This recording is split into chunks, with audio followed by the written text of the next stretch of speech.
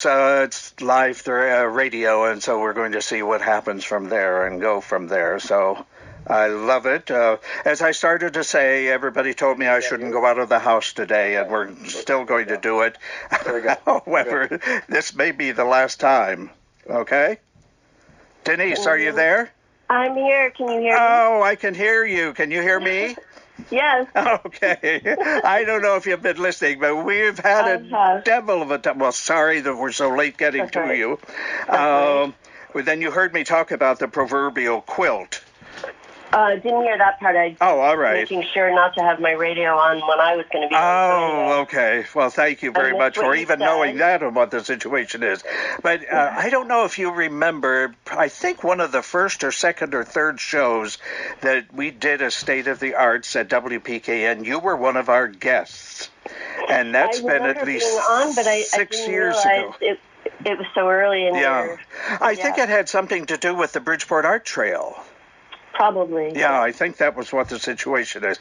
But anyhow, we've got you back, Denyse Schmidt, and it's Denyse, D-E-N-Y-S-E, if you decide that you want to Google her and find out more about her.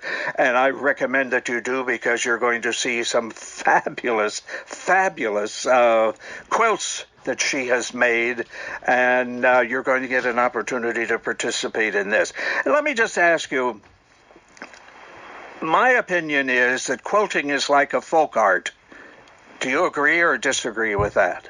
Yeah, I think that's an okay way to describe it. It's it's an art form that's been around for a long time. It has practical origins. It's about putting something together as a blanket, so scraps of fabric or whatever.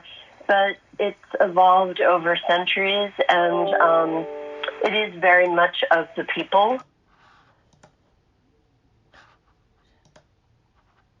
Certainly, because it's something that's accessible to anyone. It's easy to learn. It sounds daunting to make something as large as a bed covering, but it's usually broken down into manageable steps. And you can do so many things with it, from recycling old clothing to making a work of art. So right.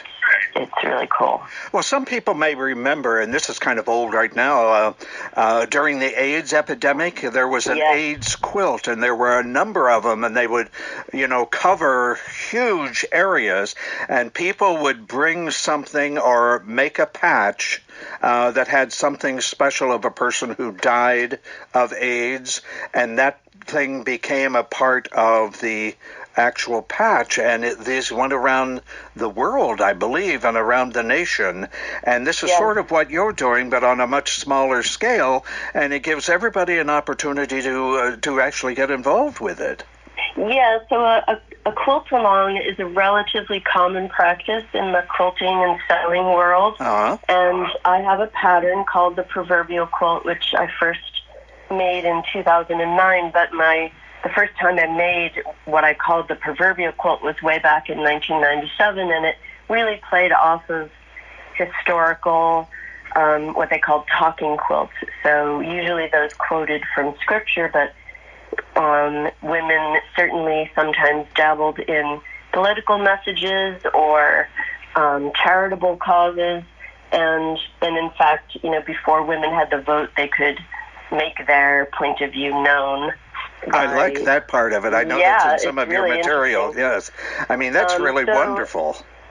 And a quilt-along is a great way to, everybody, by doing a virtual quilt-along, and it usually takes, ours is focused around Instagram, but we also have a Facebook page for people who aren't on Instagram. Right. And essentially we provide structure, in-depth content, and community. So you have your pattern at home. You just need a copy of the pattern, and you need to sign up with your email, and otherwise it's free.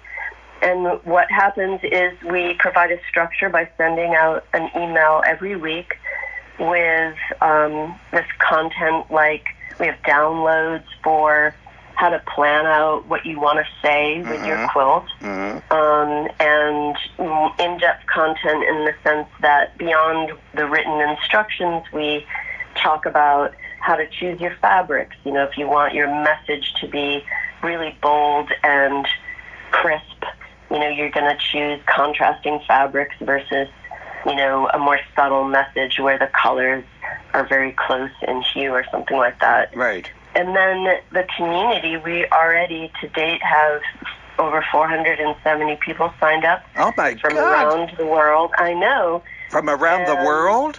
Yeah. So I have two hosts that co-hosts that I work with. The Next Stitch is one. She's based in Australia. And Sotopia is based in Utah. And my website has all that information. I'll give you that later. But all right. When we did a quilt-along for another pattern of mine, and we had over 2,000 people quilting along. Oh my so God. You get this incredible community that provides support, camaraderie, motivation, encouragement, and feedback. And so you post your progress online. Everybody uses the hashtag so you can see what everybody else is doing. Sure. And we have prizes.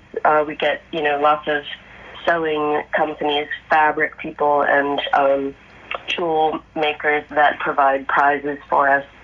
And it lasts for 6 weeks. So every week you get an email, and it's amazing. It's an incredible community. It sounds like I think is going to be particularly moving because when we planned it this winter, you know, our thinking was, well, it's an election year, and my co-host Wendy in Australia, they were having the fires then. Right. And, you know, we said there's a lot to talk about right now, and people are going to have something to say. And look where we are now.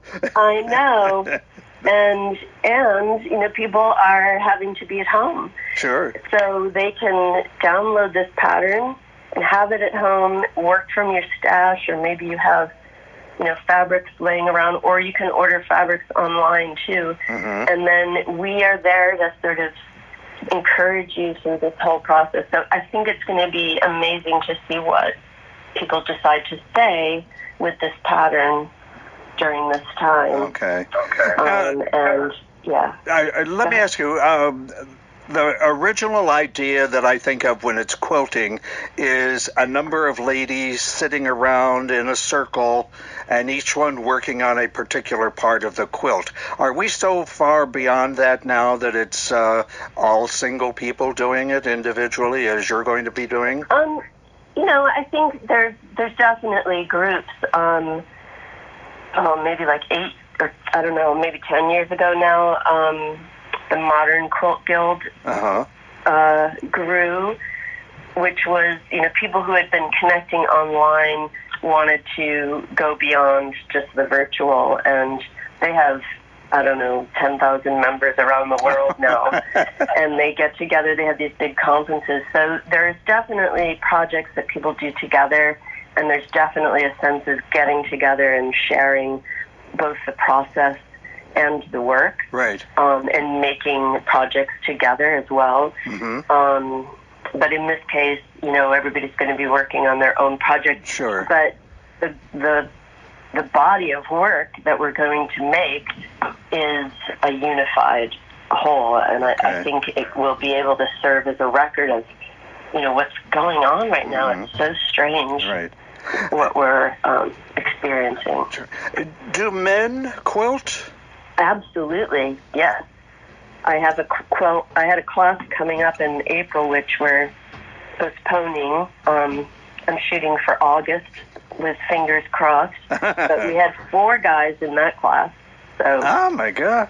I know. What age? That's not the norm. I mean, it's definitely a smaller percentage, you know, generally speaking, than women. Uh-huh. What age of men?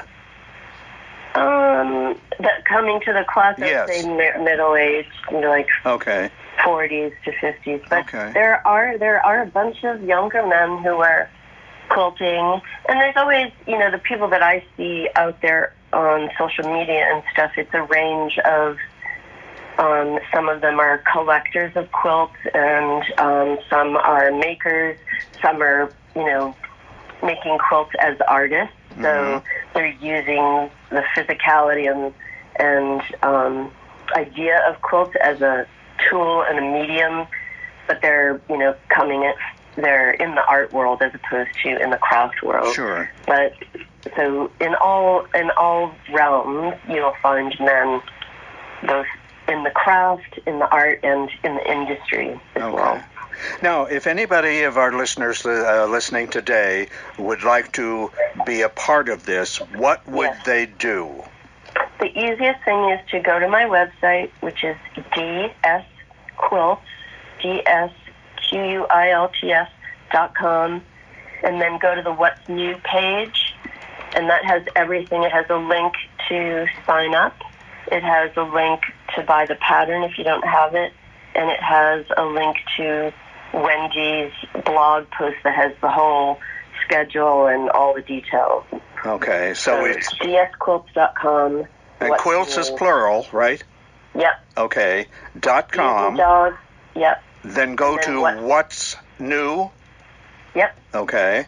And then they'll get all that information and everything. Yep. And it officially, you're going to keep it at March 26th?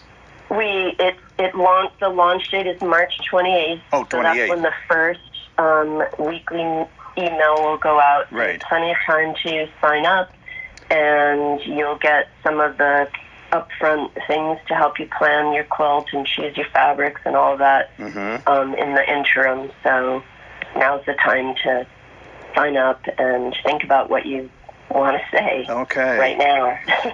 Well, Denyse, I really appreciate your hanging in there while we were trying to get a hold of you having all the problem. I wish you all the best, and maybe after we get into another few months, if we're nothing big is happening, and we can come up to something big with you again on what the final products are, or packages, or whatever the case may be. Okay? I would love that. All right. Thank you again. Okay. Take care. Bye. Bye.